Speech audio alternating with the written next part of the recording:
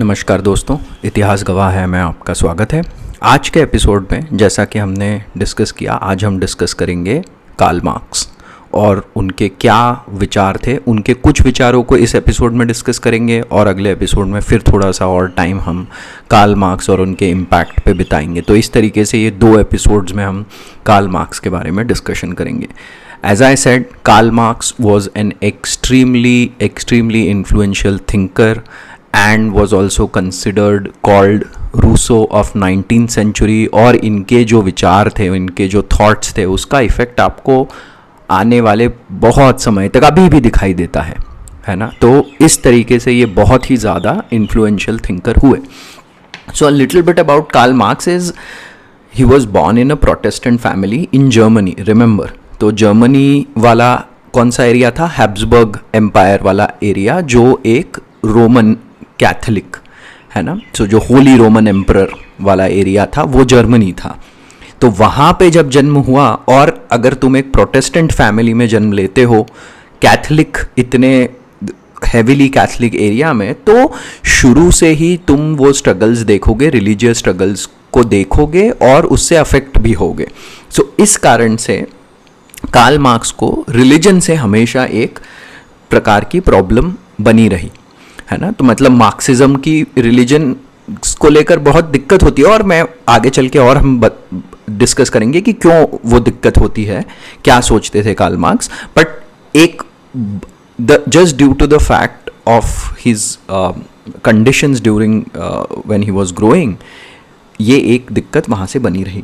इनको हीगल, जो उस समय उनके पहले जो एक विचारक थे, उनके विचारों से इन पे बहुत प्रभाव हुआ, और उनके विचारों से वे आगे बढ़ के उनके विचारों को थोड़ा क्रिटिसिज्म भी किया इन्होंने, और इस कारण से भी इनको बहुत यातनाएं, बहुत क्रिटिसिज्म कार्ल मार्क्स को झेलना पड़ा, क्योंकि हेगल बहुत इन्फ्लुएंशियल थिंकर थे और उनको भी इन्होंने थोड़ा सा वहाँ पे क्रिटिसाइज कर दिया। ये सेम रूसो वाली सिचुएशन है कि हर जगह जगह जाकर इनको बार बार देश बदलने पड़े, इनको कहीं कहीं से देश छोड़ के भागना पड़ा, just because he was such a revolutionary thinker, अपने समय के आगे थे। और देखिए वही होता है, अगर आप अपने समय से आगे के थिंकर हैं तो समाज आपको इजीली एक्सेप्ट नहीं कर पाता है, it becomes very very difficult. So that is what Karl Marx was, and 19th century produced some really revolutionary thinker, जैसे कार्ल मार्क्स हुए, चार्ल्स डार्विन हुए, फ्रेडरिक नीत्शे हुए, और towards the end of 19th century अगर हम Sigmund Freud को भी मान ले, जिनका जन्म towards the end of 19th century हुआ, तो 19th century ने काफ़ी बड़े और इन्फ्लुएंशियल थिंकर्स को प्रोड्यूस किया।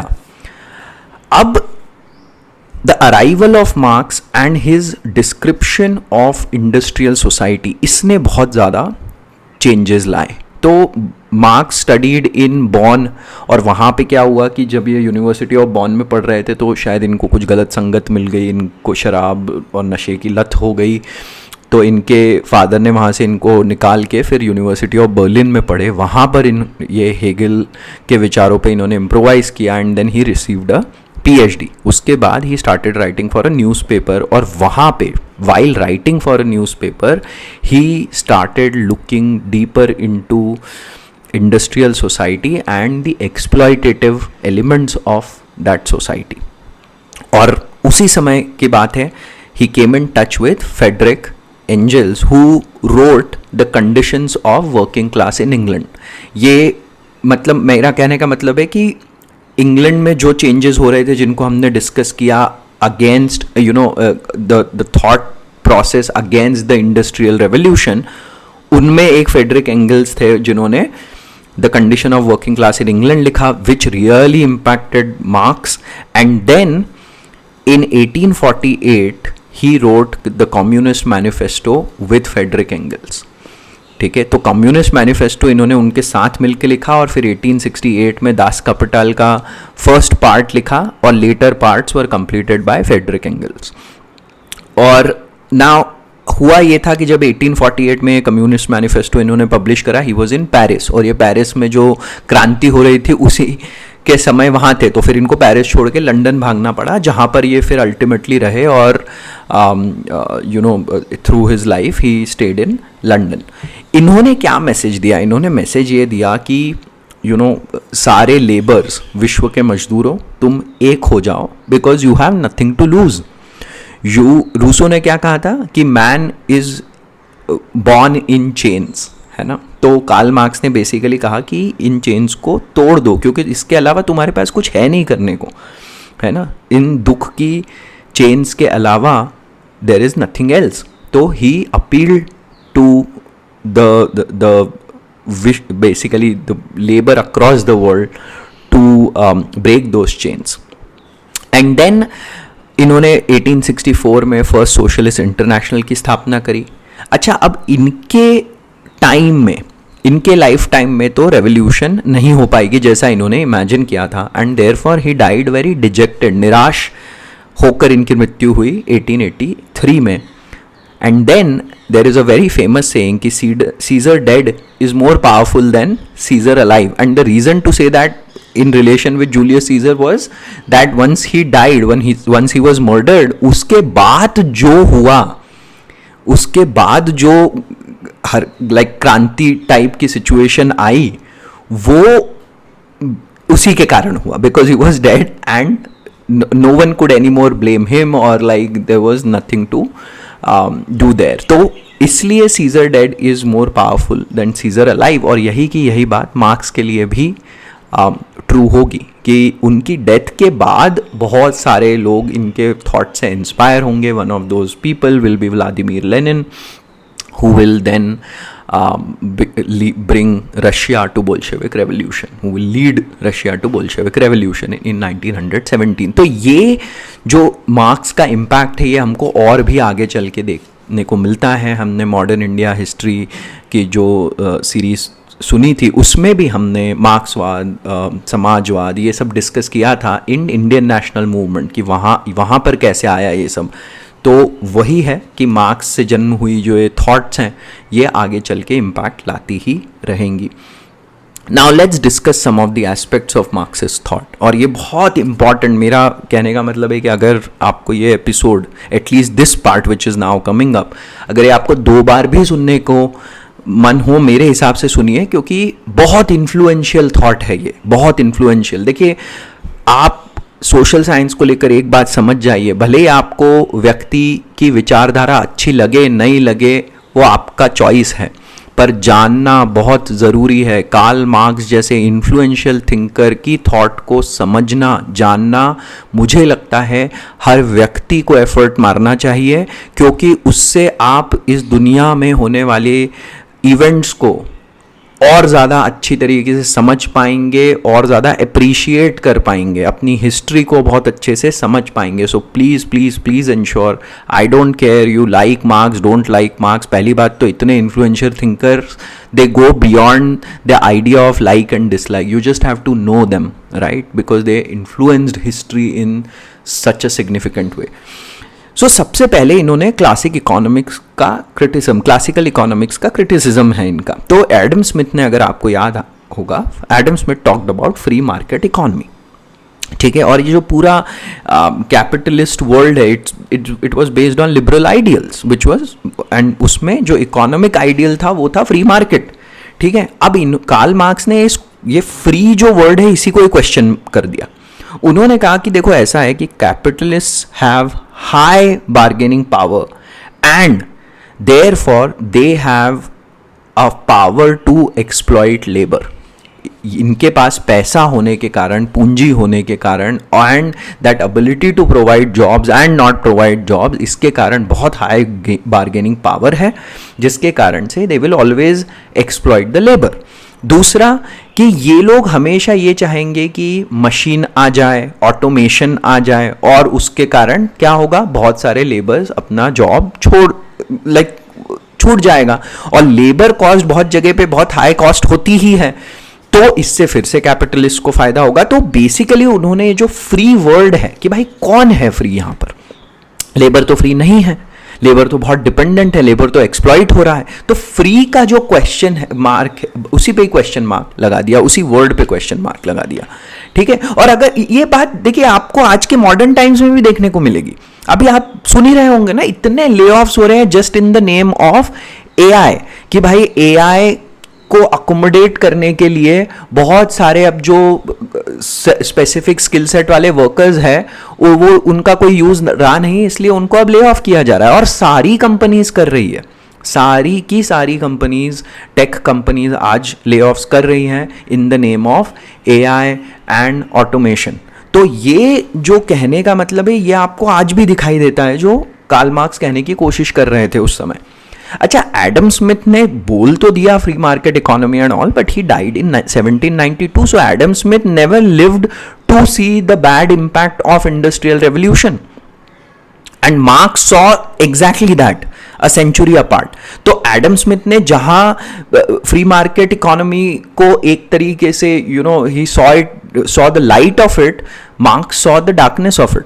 तो ये एक बहुत बड़ा इंपॉर्टेंट फैक्टर है। दूसरा, तो सबसे पहले क्या है, उन्होंने क्लासिकल इकोनॉमिक्स को क्रिटिसाइज किया by questioning the word free in free market economy.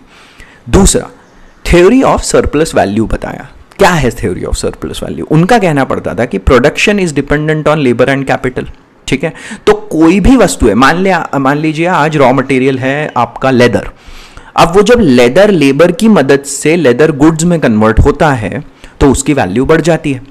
तो ये जो सरप्लस वैल्यू बढ़ी, इसका फायदा तो कैपिटलिस्ट को होगा, और होगा वो अच्छी बात है, but according to marks capitalist ये फायदा लेबर से शेयर करने के लिए ज्यादा एक्साइटेड नहीं होंगे। ऑफ कोर्स वो ज्यादा से ज्यादा फायदा अपने पास, तो सरप्लस वैल्यू ज्यादा से ज्यादा वो अपने पास रखना चाहेंगे and will not want to share with their labour counterparts. And then वो अक्यूमुलेट करेंगे कैपिटल, अक्यूमुलेट करके उसको कहीं और लगाएंगे, किसी और बिजनेस में लगाएंगे, तो और ज्यादा लेबर्स का एक्सप्लॉयटेशन होगा, ये मार्क्स ने कहा। So this was his theory of surplus value, कि भाई लेबर की मदद से आपको सरप्लस वैल्यू मिल रही है, आप लेबर में बांट नहीं रहे हो, और उसको यूज करके आप और लेबर को एक्सप्लॉइट कर रहे हो। So that was his theory of surplus value, and he said that at the base of is there is injustice. Base में ही इनजस्टिस है कि सरप्लस वैल्यू सब कैपिटलिस्ट हजम कर जाते हैं, वो बांट नहीं रहे हैं सही तरीके। तीसरा, इन्होंने बोला थ्योरी ऑफ सेल्फ एलियनेशन। तो देखिए, जैसे बेसिकली द आइडिया इज कि the difference between man and animal, human and animal, क्या है difference? The ability to reason, तर्कशीलता, the ability to argue, the ability to think, ये एक कहा जाता है, ये एक डिफरेंस है। मार्क्स के हिसाब से the difference is that ability of human to work, आदमी के कार्य करने की क्षमता is the difference between human and animal. और जो इससे बेनिफिट मिलता है, जैसे आज मैंने कोई अच्छा काम किया या मैंने कुछ काम किया, उससे मुझे जो बेनिफिट मिला, इससे मुझे क्रिएटिव सेटिस्फैक्शन मिलती है। और ये बात बिल्कुल सही है। आज मैं ये पॉडकास्ट बना रहा हूं, मैं कुछ काम कर रहा हूं, मुझे इससे क्रिएटिव सेटिस्फैक्शन मिलती है, मुझे इससे कोई लेवल का वैल्यू जनरेट हो रहा है, satisfaction being one part of that value. But अगर इसका फायदा कोई और उठाने लग जाए, कल कोई मुझे बोल दे कि भाई हम तुमको एम्प्लॉय कर रहे हैं और अब बनाओ रोज पॉडकास्ट, और नहीं बनाया तो ऐसा होगा वैसा होगा, तो सडनली क्या होगा, मेरे जो काम का बेनिफिट है वो कोई और लेने लग गया। And that is a time, according to Karl Marx, a human will feel self alienated, आत्मलोप, self alienation according to him was a key symptom of the industrial society. और ये बात बिल्कुल गलत नहीं है। ध्यान से देखिए, आज के ज़माने में इतने लोग जॉब्स में लगे हुए हैं, इतना हम लोग काम कर रहे हैं, बहुत लोग कितना कितना अर्न कर रहे हैं, but there is that still that feeling of कि अरे मैं और क्रिएटिव बन जाऊं, अरे मैं क्रिएटिव क्यों नहीं हूं। सबको अपने जॉब में कुछ ना कुछ डिससैटिस्फैक्शन हो रहा है ना। तो ये बात हमको देखने को तो जरूर मिलती है। तो फिर से इसलिए मैं कह रहा हूं, आप मार्क्स से अग्री करें नहीं करें, पर क्या पावरफुल बातें करिए। फिर से रिवाइज कर लेते हैं। क्लासिकल इकोनॉमिक्स को क्रिटिसाइज किया by questioning the word free in free market economy. Number 2, theory of surplus value दिया, बोला कि भाई जो सरप्लस वैल्यू होती है वो जनरेट लेबर की मदद से होती है, बट उसको कैपिटलिस्ट खुद ही रख लेते हैं और बांटते नहीं हैं, तो इसके बेस में ही इनजस्टिस है। तीसरा थ्योरी ऑफ सेल्फ एलियनेशन, की किसी भी ह्यूमन की क्रिएटिव फ्रीडम का बेनिफिट उसको, उस सेटिस्फैक्शन को ह्यूमन को मिल ही नहीं रहा है क्योंकि कोई उसका बेनिफिट ले रहा है। इससे एक सेल्फ एलियनेशन की टेंडेंसी डेवलप हो रही है विद इन द सोसाइटी। और फिर इस पे उन्होंने क्या कहा कि only when the class consciousness develop, ठीक है, अपनी खुद की क्लास कॉन्शियसनेस जब डेवलप होगी और फिर they will become ready for revolution, तभी they can come out of this situation of self alienation. तो ये 3 बातें मार्क्स ने कही। चौथी बात, material description, materialistic description of history, भौतिकवादी व्याख्या इतिहास की। ये बहुत बहुत बहुत बहुत इंपॉर्टेंट है। आपको मैंने बहुत बार बताया है कि हिस्ट्री बहुत अलग अलग एंगल से लोग देखते हैं, उसके बारे में लिखते हैं। तो ये मार्क्सिस्ट हिस्टोरियंस, उनका जो डिस्क्रिप्शन होता है हिस्ट्री का, वो मटेरियलिस्टिक डिस्क्रिप्शन होता है of history, and they talk about class struggle in history all the time, है ना। और इसमें ऑफ कोर्स इसमें कुछ डाउनसाइड्स भी है, बट कहने का मतलब है कि मार्क्सिस्ट हिस्टोरियन कोई आपको बताए कि अरे ये मार्क्सिस्ट हिस्टोरियन है ना, उनका मतलब होता है कि they see history through a materialistic description. और मटेरियलिस्टिक डिस्क्रिप्शन का मतलब क्या है? देखिए, 3 पहले बताया गया कि 3 अलग अलग क्लासेस है, लैंड ओनर्स है, कैपिटलिस्ट एंड लेबर है। मार्क्स ने कहा नहीं भाई, ऐसा कुछ नहीं है। इनफैक्ट इसीलिए उन्होंने मिडिल क्लास को भी कैपिटलिस्ट क्लास, मिडिल क्लास ही है, और लैंड ओनिंग क्लास जो है वो रूलिंग क्लास या जो पहले से जमींदार रहे हैं, है ना, तो उनको उन्होंने साथ में जोड़ दिया। उन्होंने कहा कि ये बुर्जुआ वर्ग है, बुर्जुआ, ये वर्ड याद रखिएगा, बुर्जुआ बोल दिया। और जो लेबर है, श्रमिक, उनको प्रोलेटरिएट, सर्वहारा बोल दिया। बस 2 ही हैं और इन्हीं के बीच में यह संघर्ष है, ठीक है। अच्छा, ऐसा नहीं था कि मार्क्स ने ही मटेरियलिस्टिक डिस्क्रिप्शन, ये थोड़ा बहुत तो पहले भी आ चुका था कि economic material reasons were present and they were affecting the society. पर मार्क्स ने उनको सेंटर में रखा, मटेरियलिस्टिक डिस्क्रिप्शन को सेंटर में रखा और बाकी सब कुछ उसके इन रिलेशन में जोड़ के देखा। कहने का मतलब क्या है? कहने का मतलब यह है कि एट द बेस स्ट्रक्चर, जो बेस स्ट्रक्चर है सोसाइटी का, उसमें हमेशा क्लास स्ट्रगल चल रहा होता है to control the means of production. ध्यान दीजिए, ये बात एकदम मतलब पते वाली कह दी है उन्होंने। वही हमने देखा ना भाई, फ्यूडलिज्म क्या था? फ्यूडलिज्म यही तो था कि कोई प्रोडक्शन के मीन्स पे कंट्रोल बना के बैठा हुआ है बिकॉज ऑफ एनी रीजन, कि उनके पास पावर ज्यादा है, सेना ज्यादा है, घोड़े ज्यादा है, लड़ने वाले ज्यादा है, लठैत ज्यादा है। जमींदारों के पास इंडिया में लठैत होते थे, आप उनके अगेंस्ट कुछ भी बोलो वो लठैत भेज देंगे, है ना। तो इसलिए बहुत सारी पॉलिसीज लागू भी नहीं हो पाती थी। तो ध्यान रखिए कि at the base of this caste struggle क्या है? Controlling the means of production. और whoever wins the control of the means of production what will they want? They want कि अब ये कंट्रोल हमारे पास ही रहे, है ना। यही चाहेगा ना कि भाई अब जीत गए हम, कंट्रोल ऑफ प्रोडक्शन हमारे पास है, अब ये हमारे पास ही रहे। Therefore they will try to change, to maintain their dominance, they will try to bring about a change in political, social and cultural structures। भाई यही बात हम मिडिल क्लास के संबंध में भी तो देख सकते हैं। जैसे ही मिडिल क्लास को लगा कि अरे अब हमारे पास पैसा आ गया, हमको भी विशेष अधिकार चाहिए, रिमेंबर फ्रेंच रेवोल्यूशन वाला टाइम, मिडिल क्लास को लगा ना, तो उन्होंने उस टाइप के लिबरल आइडियाज इसलिए प्रोपोगेट किया ना कि भाई हमारे पास रह सके ये सब, किसी और के पास ना चला जाए। और इसीलिए तो कोशिश करी कि भाई लोअर क्लास ना आ जाए, इसलिए ये सब हमको फ्रेंच रेवोल्यूशन में देखने को मिला ना। तो यही बात मार्क्स कह रहे हैं, यही बात कह रहे हैं कि बेस में क्लास स्ट्रगल है to control the means of production. और जो भी फिर एक बार कंट्रोल कर लेता है वो क्या लाता है? वो सोशल, कल्चरल, पॉलिटिकल चेंजेस लाता है to keep that control in their hands. And this is exactly why Marx did not like religion. Religion से एक उनका रीजन ये भी था ना कि भाई रिलीजन उनके हिसाब से एक तरीका था टू कीप दैट कंट्रोल। ये उनके हिसाब से रिलीजन को वो इस तरीके से देखते थे कि भाई ये रिलीजन में उलझा के सिर्फ कंट्रोल रख रहे हैं। और फिर आप डिसएग्री करें या अग्री करें, ऑनेस्टली उससे मुझे खास कोई लेना देना नहीं है। आप अपने विचार अपने पास बना सकते हैं, you are most welcome, but think about it. These are all the things that we see around us, है ना। देखते हैं ना हम कि कैसे, लाइक एग्जाम्पल लेते हैं, पॉलिटिशियंस हमेशा रिलीजन के नाम पे लोगों को झगड़ा करवाना चाहते हैं। क्यों? क्योंकि भाई वो झगड़ा करेंगे जब कॉमन लोग, तो पावर उनके हाथ में रहेगी by using these divisive tactics. ये बहुत सिंपल है, ये बहुत सिंपल है, बट यही बात मार्क्स ने उस समय कही। तो फिर से हम रिवाइज कर लेते हैं बिफोर एंडिंग टुडेज एपिसोड। क्या था aspects of Marxist thought? Classical economics का क्रिटिसिज्म, फ्री मार्केट में जो वर्ड फ्री है उसको क्रिटिसाइज किया, थ्योरी ऑफ सरप्लस वैल्यू, खुद ही रख लेते हैं सरप्लस वैल्यू जो लेबर इनके लिए क्रिएट कर रहा है और उनमें बांटते नहीं है, थ्योरी ऑफ सेल्फ एलियनेशन, अपनी क्रिएशन का सेटिस्फैक्शन अपने को ना मिलके किसी और को मिल रहा है, और इस कारण से self alienation is a key symptom of industrial society according to Marx. चौथा, materialistic description of history, extremely extremely important. हम देखेंगे अगले एपिसोड में कैसे अलग अलग पार्ट्स ऑफ हिस्ट्री में उन्होंने यही दिखाया। और क्लास स्ट्रगल, मटेरियलिस्टिक भौतिकवादी व्याख्या हिस्ट्री की, प्रोलेटरिएट एंड बुर्जुआ, दो अलग अलग क्लासेस और उनके बीच का struggle, and then changes in cultural, social and political ways to keep the dominance.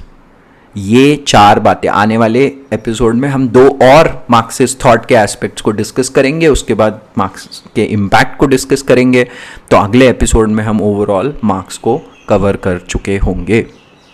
I would urge to listen to at least this part of जो part on Marxist thought again if you want to, but remember this is an extremely important thing for us to know so that we can understand the change and the world around us better. सुनने के लिए आपका बहुत बहुत धन्यवाद। Until next time, जय हिंद।